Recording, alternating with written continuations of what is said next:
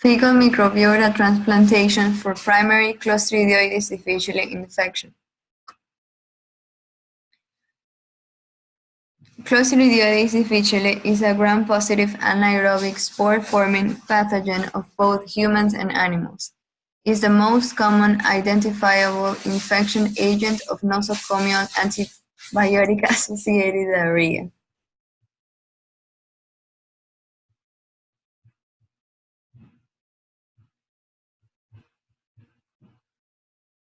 Our body is home to trillions of microbes, mainly bacteria, which, together with their genetic material, are referred to as the microbiome. The gut microbiome refers to the bacteria in our gastrointestinal tract, and they exist in a mutualistic state, providing us with health benefits in exchange for a safe place to live. Our gut harbors a diverse community of intricately linked microbes which efficiently utilize all available nutrients, thus preventing pathogenic bacteria from invading the gastrointestinal tract. However, this healthy community can be tipped out of balance.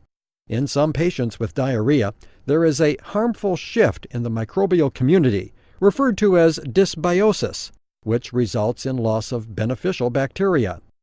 This allows for the greater availability of nutrients such as amino acids like proline, the favored nutrient source for pathogens like Clostridium difficile. This change in the microbial and nutrient landscape supports the expansion and pathogenicity of C. difficile, resulting in increased toxin production and inflammation of the gut lining. Scientists at Mayo Clinic have identified clinical features that are predictive of dysbiosis, allowing us to prevent C. difficile infection by prophylactically restoring the gut microbiome. Male physicians have cured C. difficile infection by transplanting a healthy microbiome from one person to another, and this approach can also be used to prevent infection, but there are risks involved. Currently, researchers at Mayo Clinic are studying the use of beneficial microbes that can efficiently utilize amino acids like proline to restore the healthy gut environment and prevent colonization by C. difficile. Researchers at Mayo Clinic are studying the microbiome in a completely new way and beginning to understand how the human microbiome can affect susceptibility to infections while developing novel strategies for protecting patients at risk of developing infection.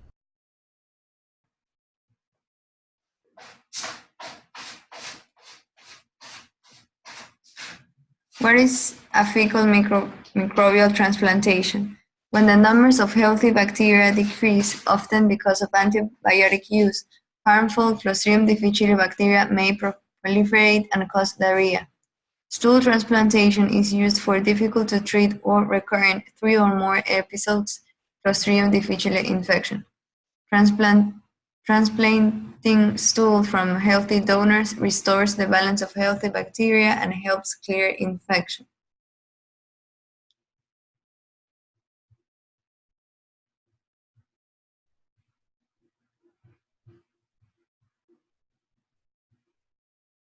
Treating Clostridium difficile with fecal microbial transplantation. A healthy digestive system is home to thousands of bacteria. The intestinal tract includes the stomach, small intestine, and large intestine, which is also known as the colon. In most cases, these microbes are harmless or even beneficial to a healthy individual. However, conditions that require treatment with antibiotics can kill off many of the good bacteria in the colon, allowing the bad bacteria, called Clostridium difficile, to take over. Toxins released by Clostridium difficile can damage the lining of the colon, a condition known as Clostridium difficile colitis.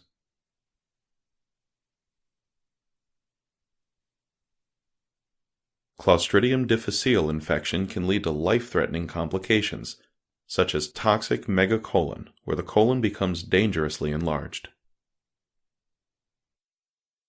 Clostridium difficile is normally treated with a course of antibiotics, but recurrent infection occur in between 20% to 60% of patients after an initial episode. The standard treatment for a recurrent infection is antibiotics, but in cases where this fails, there is a new alternative treatment. An emerging solution for patients with recurrent infection is fecal microbial transplantation, or FMT. Also known as stool transplantation, FMT restores good bacteria in the colon by using the good bacteria from a donor. Stool samples are obtained from healthy donors and are screened to ensure there are no infectious diseases. There are different ways to introduce the good bacteria, but one common way is with a colonoscopy. First, the stool is prepared by blending it with normal saline, which is a saltwater solution. Using a colonoscope, this mixture can be applied to the entire length of the colon. Studies have shown that over 90% of patients treated with fecal microbial transplantation are cured with no significant side effects reported to date. Please speak to your doctor about fecal microbial transplantation if you are considering this treatment.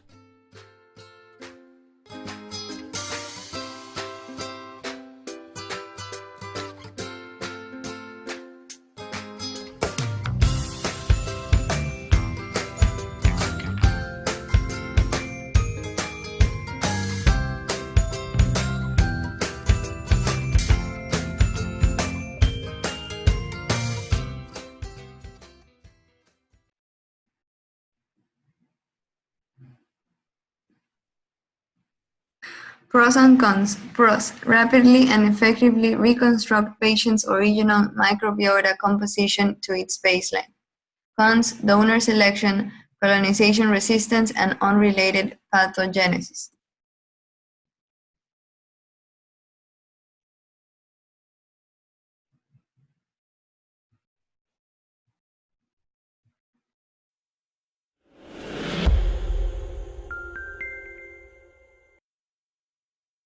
Virtually every day we are all confronted with the activity of our intestine, and it's no surprise that at least some of us have developed a fascination with our intestinal condition and its relation to health and disease. Over the last years, the intestinal microbiota, or gut flora, has been identified as like a fascinating new organ with all sorts of functions. Well, if the bacteria in our gut make up like a whole separate organ inside our body, what about doing an organ transplant? What would happen if you transferred intestinal bacteria from lean people into obese people? Researchers figured that rebalancing the obesity-causing bacteria with an infusion of gut bacteria from a lean person might help. Now, they wanted this to be a placebo-controlled study, which for drugs is easy, give a sugar pill. But when you're sticking a tube down people's throats and transplanting feces, I'm thinking, what do you use as a poop placebo, a poopsibo, if you will? Both the donors and the subject brought in fresh stools, and the subjects are randomized to either get the donor stool or get transplanted with their own collected feces. That was the placebo. You get your own back. OK, so what happened? The insulin sensitivity of the skinny donors was up around 50. That's a good thing. High insulin sensitivity means low insulin resistance, the cause of both type 2 diabetes and prediabetes. The obese subjects started out around 20, and after infusion of their own feces, they stayed around 20. But the group of obese donors getting the skinny similarly started out low, but shot up near to where the slim folks were. It's interesting, not all lean donor stools conveyed the same effect on insulin sensitivity, as some donors had very significant effects, the so-called super fecal donor, whereas others had little or no effect. Turns out this super donor effect is most probably conveyed by the amounts of short-chain fatty acid-producing intestinal bacteria in their feces, the food bacteria that thrive off of the fiber we eat. The short-chain fatty acids produced by fiber-eating bacteria may contribute to the release of gut hormones that may be the cause of this beneficial improved insulin sensitivity. The successful use of fecal transplantation has recently attracted considerable attention, not only because of its success, but its capacity to prove the cause and effect relationship, that the bacteria we have in our gut can affect our metabolism. But within a few months, the bacterial composition returned back to baseline, so the effects on the obese subjects were temporary. We can get similar benefits, though, by just feeding what few good gut bacteria we may already have. Say you have a shed full of bunny rabbits. Feed them pork rinds, and they all die. Yes, you can repopulate your shed by infusing new bunnies, but if you keep feeding them pork rinds, they'll eventually die off as well. Whereas, even if you start off with just a few bunnies, if you feed them what they're meant to eat, they'll grow and multiply, and soon you'll be full of fiber-eating bunnies.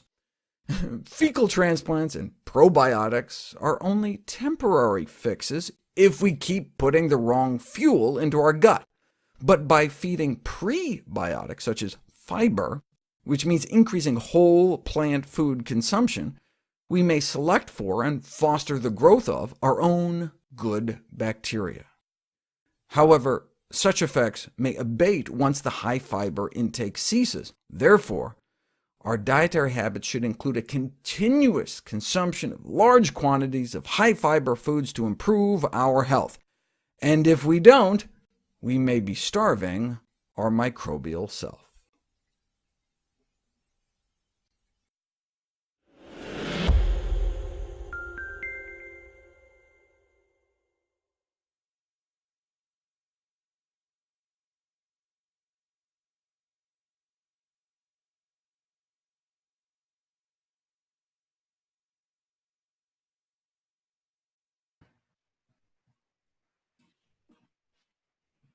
Clostridium difficile infection in Ecuador. The increase in the prevalence of Clostridium difficile infection as the main nosocomial disease in Ecuador has been a decisive factor for the application of TMF treatment before its recurrence or relapse with traditional treatment methods.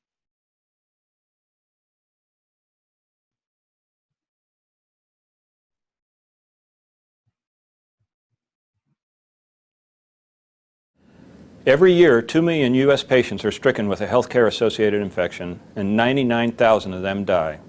Don't let it happen here. One of the most critical actions to reduce infection risk is cleaning and disinfection of the patient zone. The patient zone refers to environmental surfaces that the patient and healthcare workers most frequently touch. These surfaces have been found to be involved in the environmental transfer of germs. One of the most deadly germs which can be spread from environmental surfaces is Clostridium difficile, which causes a severe diarrheal illness. This bacteria is responsible for an increasing incidence of patient illness and death in this country. When talking about the patient zone, it is important to include any patient care equipment which remains in the room, thereby essentially becoming a part of the patient environment. Examples include IV pumps, computer keyboards, and bedside commodes. It is critical to ensure that this equipment is cleaned and disinfected reliably and consistently, as well as the entire patient environment. Products which kill spores are most effective against C. diff, including bleach and peroxide-based surface disinfectants. Our patients are counting on you to keep it clean. Every patient, every time.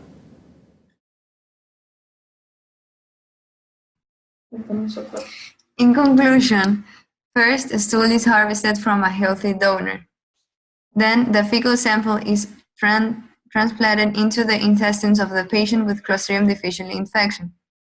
And third, the organism from the donor sample restores a healthy gut microbiome in the patient.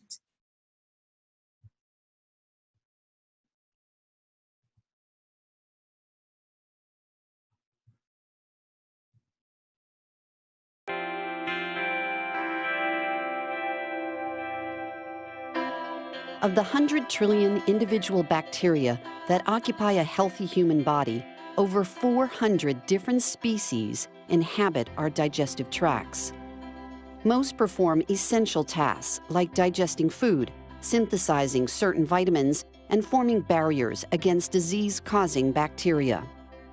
One disease-causing type of bacteria, Clostridium difficile, or C. diff for short, is a growing concern in the healthcare community in the U.S. and around the world. Inactive C. diff can be found inside healthy people without causing infection. However, your risk of developing a C. diff infection, also known as CDI, increases with age, illness, antibiotic treatment, and time spent in hospitals, nursing homes, or other healthcare settings, where multiple cases can lead to outbreaks.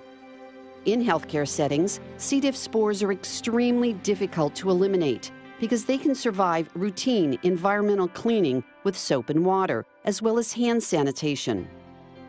Inside our own bodies, repeated antibiotic exposure may weaken and kill the good bacteria that protect us. This allows C. diff spores to wake up and release toxins that can harm us.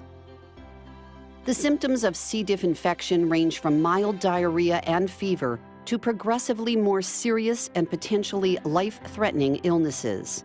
In about 20% of cases, infection goes away 2 to 3 days after a course of antibiotic treatment has been completed. If the infection remains, the next line of treatment is approximately 10 days of a different course of antibiotics.